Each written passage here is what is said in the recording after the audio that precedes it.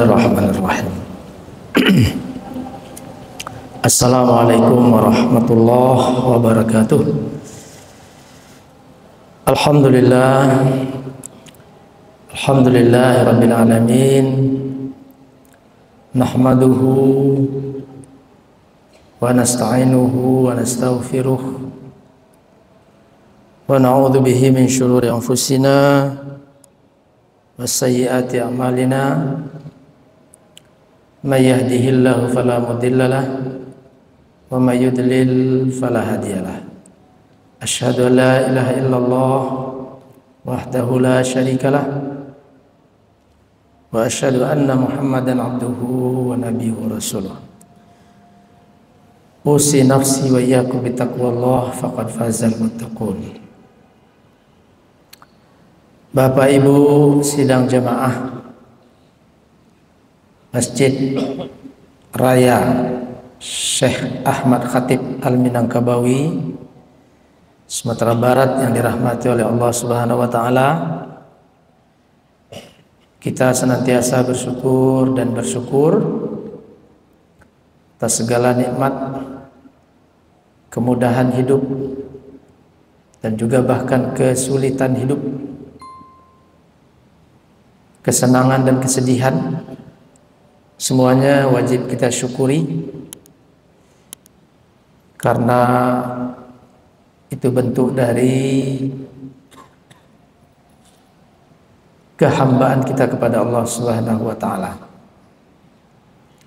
Salawat dan salam senantiasa kita ucapkan, kita lantunkan di bibir kita dan juga di dalam hati kita setiap saat, ketika berjalan, ketika duduk, ketika di kendaraan.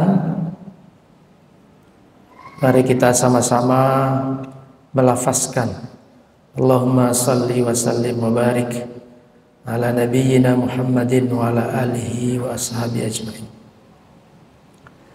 Bapak Ibu sidang jamaah yang dirahmati oleh Allah, setelah melaksanakan sholat ini dan setelah kita melaksanakan aktivitas kita, pasti kita akan menuju ke tempat tinggal kita masing-masing. Seluruh aktivitas kita berakhir dengan kembali ke rumah masing-masing. Kalau di perjalanan mungkin kembali ke hotel, tapi nanti kembali ke kampung halaman juga menuju rumah. Jadi rumah adalah destinasi kita di dunia ini, destinasi terakhir kita yang abadi dan kekal adalah surga. Destinasi manusia hanya dua, surga dan neraka. Ada tempat di akhirat itu di antara surga dan neraka, namanya Al-A'raf. Ada surat Al-A'raf, dinding, tebing. Itu suatu tempat di akhirat antara surga dan neraka, namanya Al-A'raf. Tetapi Al-A'raf bukan destinasi terakhir, itu destinasi antara. Mana-mana yang timbangan kebaikannya, amalnya lebih berat, lebih banyak, maka dia akan dimasukkan ke surga. Mana-mana yang sebaliknya, dia akan menuju ke neraka. Dan seluruh penghuni Al-A'raf itu menginginkan untuk segera dimasukkan ke surga. Pada akhirnya destinasi kita hanya dua, surga dan neraka. Bagaimana kita bisa memasuki surga? Gampangnya memasuki surga itu dengan amal kebaikan yang kita lakukan. Wa tilkal jannatu uristumuha bima kuntum ta'malun. Surga itu kita warisi dengan amal perbuatan kita, amal soleh kita.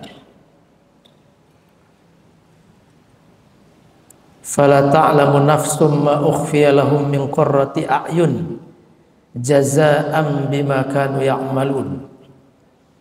Jadi amal kita yang menentukan atau sebagai syarat kita akan memasuki surga atau memasuki neraka. Sama dengan kita melamar satu pekerjaan, ada syarat-syaratnya. Ada syarat surat kelakuan baik dari polisi, ada ijazah, ada foto, ada CV dan seterusnya. Kalau kita melamar pekerjaan ada persyaratan-persyaratan. Tapi apakah dengan memenuhi persyaratan itu kita pasti diterima untuk bekerja? Jawabannya sudah pasti tidak. Sudah pasti tidak. Dan itu sudah terbukti. Mungkin kita sudah membuktikannya sendiri, atau keluarga kita, anak kita dan seterusnya. Persyaratan harus kita miliki, tetapi diterima atau tidak diterima itu hal lain.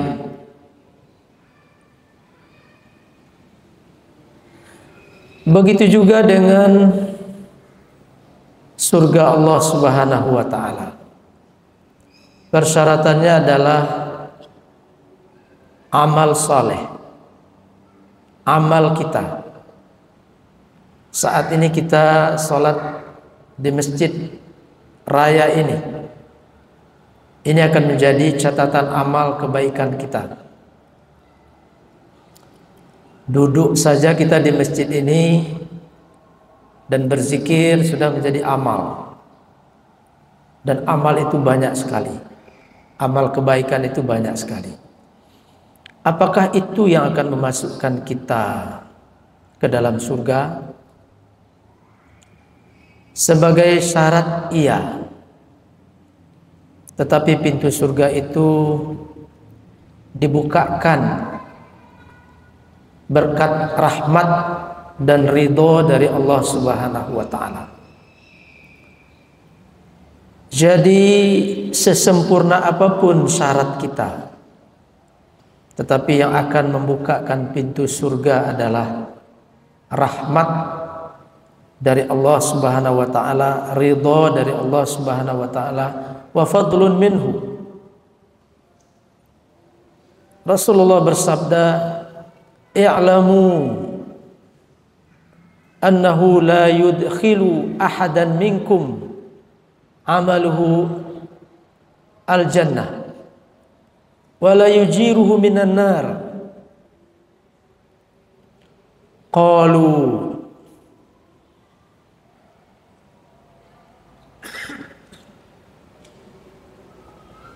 wa anta ya Rasulullah.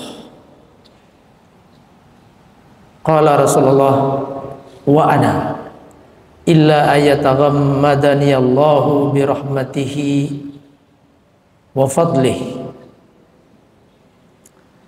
Rasulullah bersabda, ketahuilah sesungguhnya amal-amal kita tidak akan mampu membukakan pintu surga. Lalu para sahabat bertanya kepada Rasulullah, Apakah itu berlaku juga bagi engkau ya Rasulullah, bahwa amalmu tidak mampu membuka pintu surga? Rasulullah menjawab, betul, termasuk aku, sampai Allah menurunkan rahmatnya, memberikan ridhonya, memberikan fadlunnya, maka pintu surga itu terbuka untukku, kata Rasulullah Sallallahu Alaihi Wasallam. Jadi ternyata ada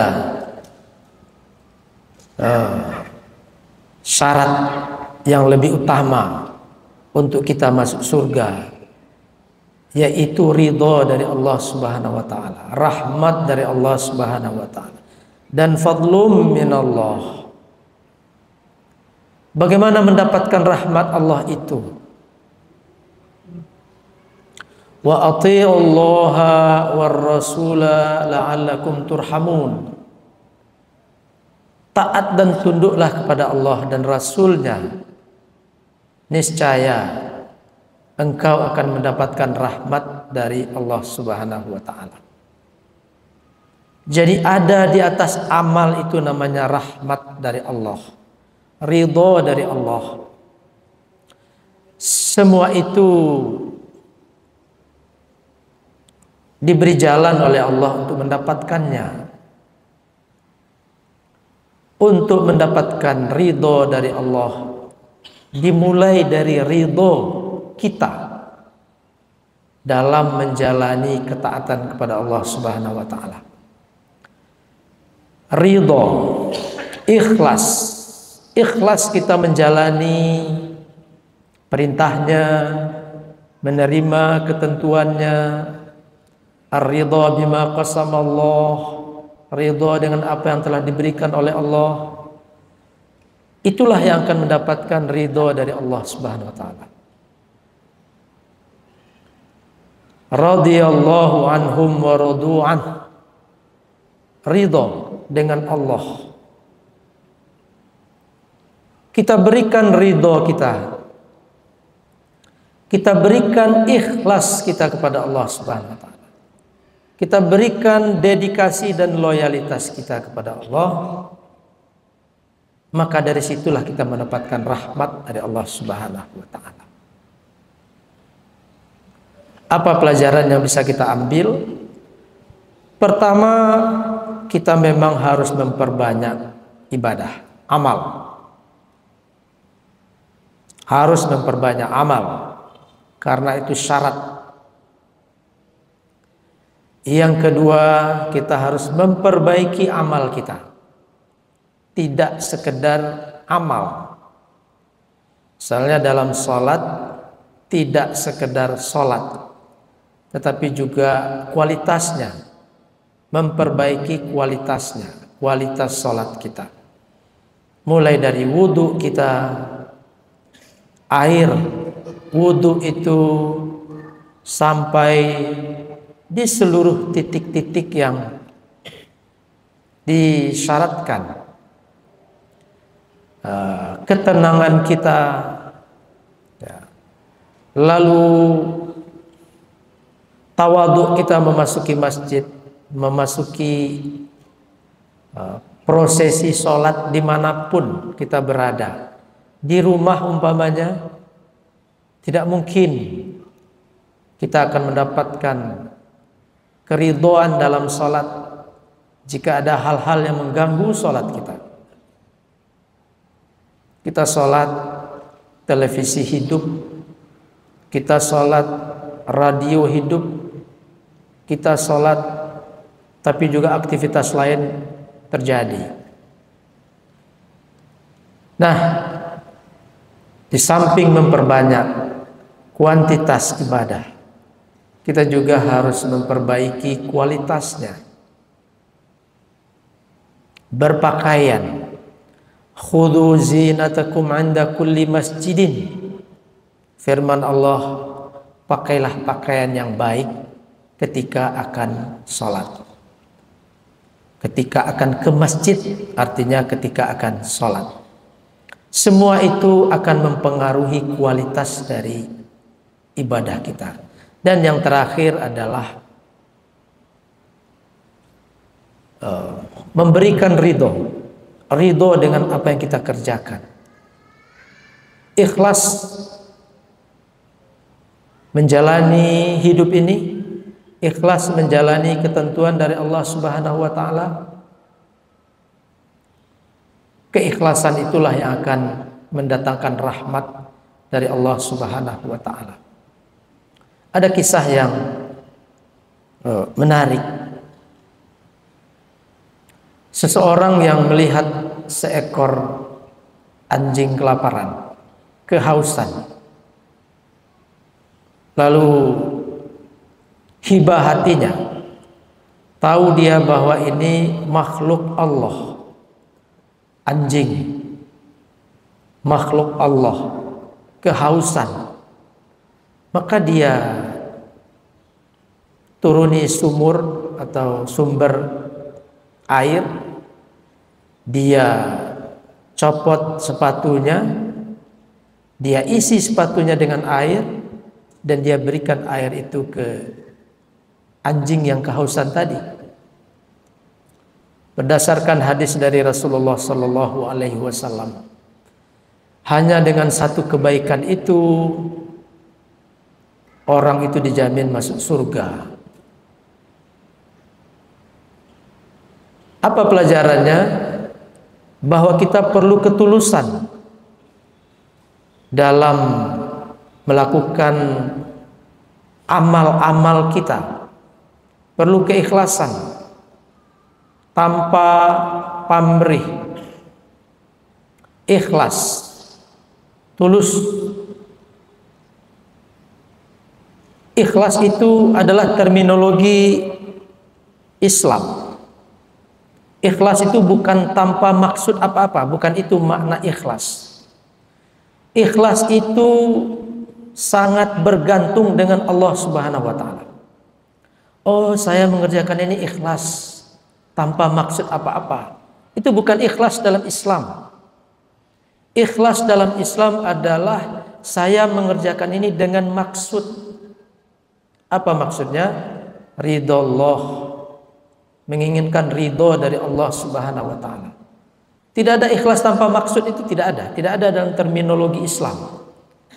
Dalam kajian Islam tidak ada. Ikhlas itu bermaksud, dan maksudnya itu adalah Allah Subhanahu wa taala.